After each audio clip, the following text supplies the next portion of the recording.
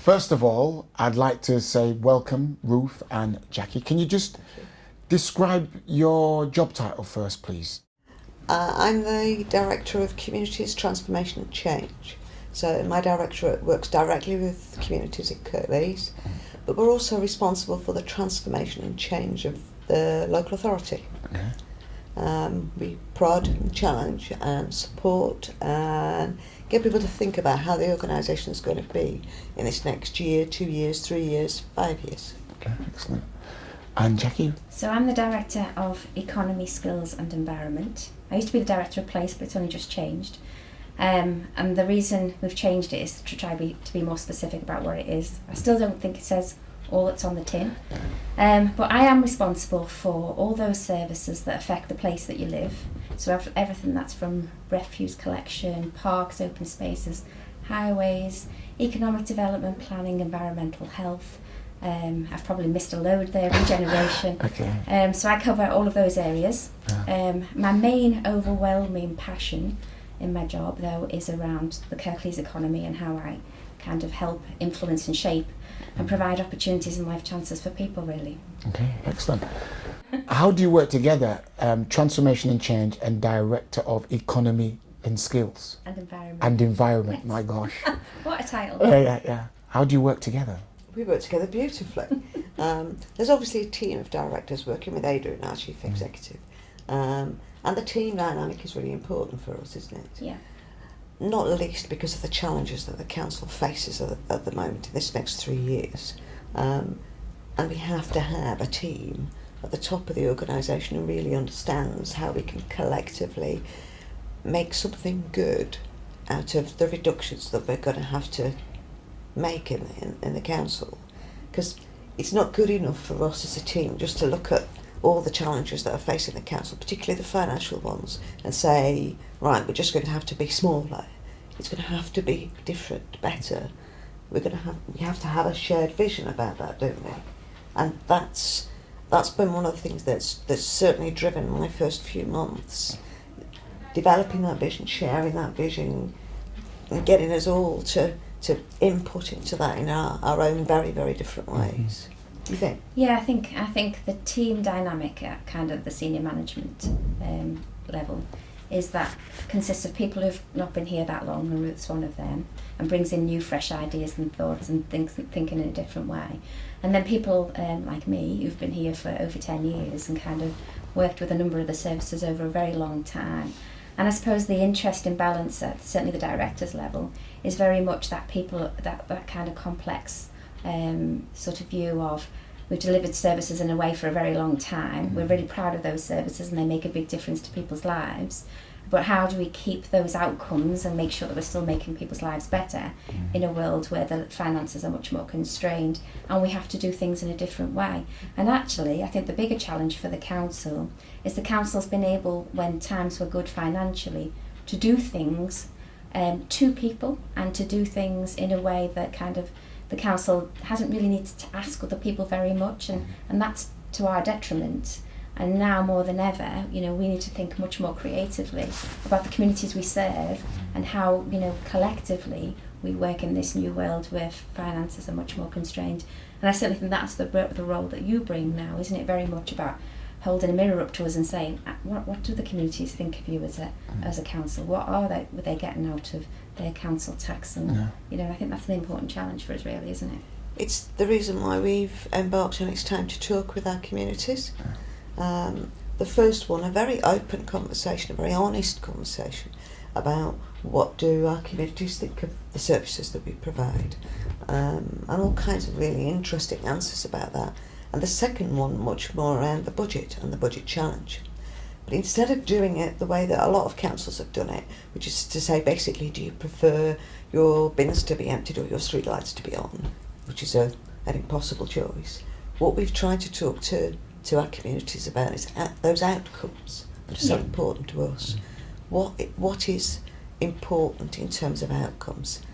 And what the community has overwhelmingly said are the things that we as human beings really value. We want our old people to be safe and not lonely. We want our young people to have a great start in life. We want to live in clean and green and decent communities where people look after each other and support each other. And are safe. And it's safe. Yeah. And what we've done together is to create that opportunity for our communities to start to talk to us. Because my vision is that I want everybody out there to be saying, this is our council. It's a we. And the interesting thing in terms of that it's time to talk feedback from the community has been, I know you've got to remember that even though we're out there trying to reach the community is not one single mass that you can kind of get a viewpoint from, and we've only kind of just touched the edges really, haven't we, in terms of the amount of feedback we need. But the interesting bit for me has been very much, I would think that if you were a business, you'd be interested in the things that, sort of mean that your business can grow. And if you were a young person, you'd be interested in things that make the life of a young person fabulous. And actually, the results have been really interesting in that there's been a lot of commonality about the things that are important, haven't they? And the big challenge for me has been, and this has been really interesting from the business point of view, what people perceive as the role of the council and what's not the role of the council. And so people have been quite clear, this will happen and we'll make this happen, but that's your role. And I think that's the feedback that we've had really. Our feedback is we are there to make sure that we help those people who need us most. Absolutely. And it's been particularly interesting because we've had a lot of responses from children. Yeah. We know we've had at least 2,000 responses from children who've taken part in the budget challenge, done all the counters and worked it all out. But I saw one the other day and it was obviously done by quite a young child. I think it's a girl. I don't know why I think it's a girl, but I think it's a girl. And in the volunteer hours that we've asked people about, what you're prepared to volunteer in, she's actually worked it out in terms of minutes and the minutes that she'd like to give in order to help people. And some of the conversations I've had with young people about this have been fabulous.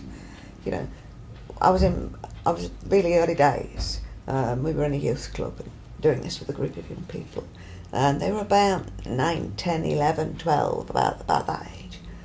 And two of them were saying that the most important thing for them was that grandmas weren't lonely, and that grandmas were safe and well cared for. And I said, what about you guys? No, grandmas are more important. Mm-hmm. It's just a wonderful conversation to be having. Yeah, it is. But the perception I feel I hear and see is the council say a lot of wonderful things and you promote aspiration and optimism, but how exactly does it work on the ground? Yeah, how are you actually going to integrate? Whilst you're reducing services, reducing staff levels, how does that impact on the ground in these communities? It's really interesting, very positive, both of you, about what's going to be happening. But what I think the community would love to hear is, how does it actually happen? I think Jacqui hit the nail on the head earlier when she said about how we've been quite paternalistic in the past. Yeah. We do services to people. That's got to stop. Yeah. We can't have people out there being the passive recipients of our help and us making decisions about what's important to our customers, what's important to our residents out there. It's got to be much more we. And yes, we will stop doing things, and some of that won't be great. There's no point in pretending that it will. But the more we do together, and the more we understand about our real customer needs and respond to that, the better it will be for us all, actually. So out of this big, massive recession has come something quite positive then, in a sense that the council and the community now will be much more closer. Oh, I think so. I mean, that's one of the positives I take out of this whole thing. Well, there's two really. Mm-hmm. One, that in a world where money is not as restricted as it has been, as it is in the future, it's enabled services, particularly in councils, and across the wider partnership of the police and public sector more generally, to act in silos and to kind of just be worried about the task that they're there to deliver. And over the first few years of the financial challenges, because let's be honest, we've been in this for 3 years now, and this is not something that's just new to us. It's getting worse, but it's certainly not something we're not used to. what I've managed to do in sitting and have a look at my service areas is knock down loads of silos and got people thinking about outcomes and getting people thinking about how do I do the very best for this individual here or this customer, and what does that look like, and they're talking to each other because there's a lot less of them for them not to talk to one another. So that's been a huge positive. The next stage for this for me, and it's wrong that it's taken a financial crisis to be able to do some of this, but absolutely it's got us in the right direction now, is to say, look, council can't look in on itself and focus in on itself. It's very much the integration with its own community and it being seen as our council and responding to the needs of that community. And I think that's the very next stage really for me. We've done loads of good things, but it's been quite small in comparison to what we'll need to do going forward. But I do think Ruth's point is really important, that we aren't going to continue delivering all of the services we deliver now. What we need to be, but that shouldn't be a decision made by 69 councillors in isolation about what continues and what doesn't. The community needs to be really part of that, helping, shaping and thinking. And if we get that bit right, then the community recognises the council as being something that it's helped shape. And I think that's important. Yeah, but there's another interesting word, community, isn't it? How do you identify communities? Is it through faith? Is it through postcode? Is it through class? I don't think we do. Oh. I think we have, but I don't think we can afford to. I think a community defines itself, doesn't it? You know, like for example, I'm part of the deaf community because I'm severely deaf, as you know. That's something I define as part of me. Just have a geographical base. Not all deaf people live in one particular area in West Yorkshire. But I am part of that deaf community, just as we're all parts of different communities, and we as a council have to be much more flexible and fluid with allowing people to identify themselves in the communities that they want to be part of, however that might be defined. For young people, they're part of the social media community, aren't they? Okay. Yeah. You know, they're the way that we communicate with our younger residents, you know, again, has to change. Because for them, the way that they communicate is part of what community they're in. Yeah. You know, it's no longer about just trotting out to a youth centre, though that might be a good thing to do. It's also about how we communicate and how we interact and how we accept who they say they are. And the business community then that defines itself. No, you would think, but it doesn't really, because what you end up with, certainly in Kirklees, where I think it's something like 98% of the businesses that operate in Kirklees are SMEs, small, medium-sized enterprises. And that means that actually they're out there on a daily basis making their business work, and they haven't got a time to come and, Absolutely. sit down with its time to talk and have a load of sessions with the council. So reaching out and engaging that kind of level of volume is incredibly difficult. And in the same way, because I take your point, people come forward and say, I represent the community. It's very rare that one individual can represent the broad mass of people that stand behind, who identify themselves with that community. So what we have to do is to try to listen to as many people as possible, recognise where there is a strength of feeling or where there isn't, and make a judgment call. And I've always said that, when councillors say, what do the community think, or what does the business world think, or, there's many answers to that depending on the question that you ask, and somebody somewhere has to try to listen to all of that and make some sense of it, and it'll never be 100% right, and it'll never be 100% wrong. That people have to make decisions based on the information that's being supplied. My biggest fear actually isn't the people that come forward and stand forward and say, I represent this business world or this community. It's the people who aren't engaging at all, whose voices aren't being heard, and actually how do you reach out to them? The silent majority. Yeah. So how much money does Kirklees have to lose over the next 5 or 10 years? And what is the next 18 months looking like for both of you in your role? I think the money one's quite interesting, because I can give you a figure, and the figure will change because the world is changing and the government are changing things and everything else is happening. And it will change tomorrow, so it will be a different figure. And you also need to understand it in the size of context. So we have probably over the past 3 or 4 years, taken in broad terms a 20% reduction in kind of what we've started out with 3 or 4 years ago. We have to find another, the figure at the moment is 67 million. It's embraced on your head, isn't it really? 67 million, and that for me is at least another 20%. What that means is if I was to stop, and just to put it into context, because when I did this with the business world, they were like, God, is it that, size of a challenge? So if I was to stop paying all the bin men, all the people who work in parks and open spaces, all the people who work in highways, all the people who work in planning and environmental health and building control, that would only be 62 million. So that's the level of challenge that we've got, really. It's huge, which is why we are quite clear in saying we can't continue to deliver what we're delivering now. We can get ourselves to be as efficient as possible to make sure that we're not wasting a single penny, but it won't bridge the gap that we've got to find. And how long is that going to last for? That's within a 3-year period. In 3 years, and then it will flatline and then hopefully start growing. No, because by then you can do the politics bit. It depends what happens at the general election, to be absolutely honest. Okay, for real. At the moment, none of the parties have a particular line about local government beyond 3 years' time. I think they all have different views about what can or can't be done with local government. I think for those of us in local government, what we would say is, who do people really value? Do they value their bin man? There's no contest. Do they value their dinner ladies? Do they value the people who go out and clean all the schools of an evening and a morning? Do they value those people who make sure that the street lights are switched on and old ladies make sure, I've got enough heating coming in?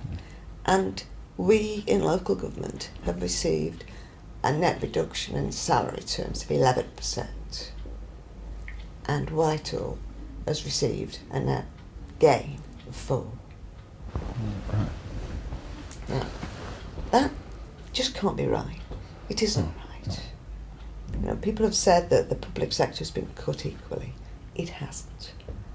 It hasn't been cut equally, and it isn't going to be cut equally. Because what Jacqui describes in 3 years' time is devastating for local government. It's absolutely devastating. And I think because local people don't always recognise that their lollipop lady or man holding their lollipop is a council worker, just as we are council workers, just as the bin man's a council worker, the cleaner's a council worker. It's easy to sort of see the council as this amorphous mass officers who do stuff that you don't really understand, but actually the vast majority of, not us, but the people out there are doing real jobs for real people. Who is affected by all these cuts the most then? Is any data showing up for you in terms of business, Jacqui, and for you in terms of communities, small? I think the people who are affected most by this are our local communities. Right. Because if we don't have enough people to clean the streets, then the streets will be less green, less clean, less pleasant for local communities. Simple as that. I think one of the challenges we've got, and this is playing out actually, certainly when I'm going around talking to businesses at the moment, is the economy is picking up. If you talk to Treasury at the moment, they're saying things are better than they expected it to be at the moment. Growth has kind of picked up in a way that they hadn't quite anticipated, which is fabulous. But in the same way as you can have the conversation about communities and the differentials that exist between them, you end up in a situation with the same thing with the economy. So there's lots of regional variations between what's happening, but broadly in the country, things are a little bit better than they were a little while back. The challenge that leaves us with is there is a lag between the economy and the cuts. So, and because councils have been, and if you look across the whole country, councils have been really efficient in making sure that they've protected their frontline services, they've found further efficiencies, they've used reserves, that's kind of cash that they keep in the bank. They've used all of that to enable themselves to minimise the impact on local residents. But they're now at the point where there's not much left to go at. So the real impact over the next 3 years will happen, bizarrely it would seem, at a time when the economy is being picked up. But because we are still on a train that says actually we need to rebalance the economy, and that's kind of, the principles of both, I think, the existing government and any future government, really, to be fair, that means that we will start to see the impact of this at a time when people are thinking, but hold on a minute, the economy's picking up, when unemployment's not as bad. And I think that's going to be really difficult for people to get their head round. And I think, we're going to have to do an awful lot of explaining about why we're having to make significant cuts at a time when people are beginning to feel like things should be getting better. I also don't think we can forget that the council for a lot of people is a safety net. It's not just about the universal services we provide, it's also a very significant safety net for those people whose, by poor luck or poor judgment, the bottom falls out of their worlds, and the council is there to support them and to make sure that things still happen for them. They can survive that. And I think we can't underestimate the damage that significant reduction in funding does to that safety net. It means you've got holes in that net, doesn't it? Everybody likes to think that actually we have a local state, if you like, or a national state that's there if the bottom falls out your world. And if this continues in the way that it does, there will be huge holes in those nets, won't there? Yeah.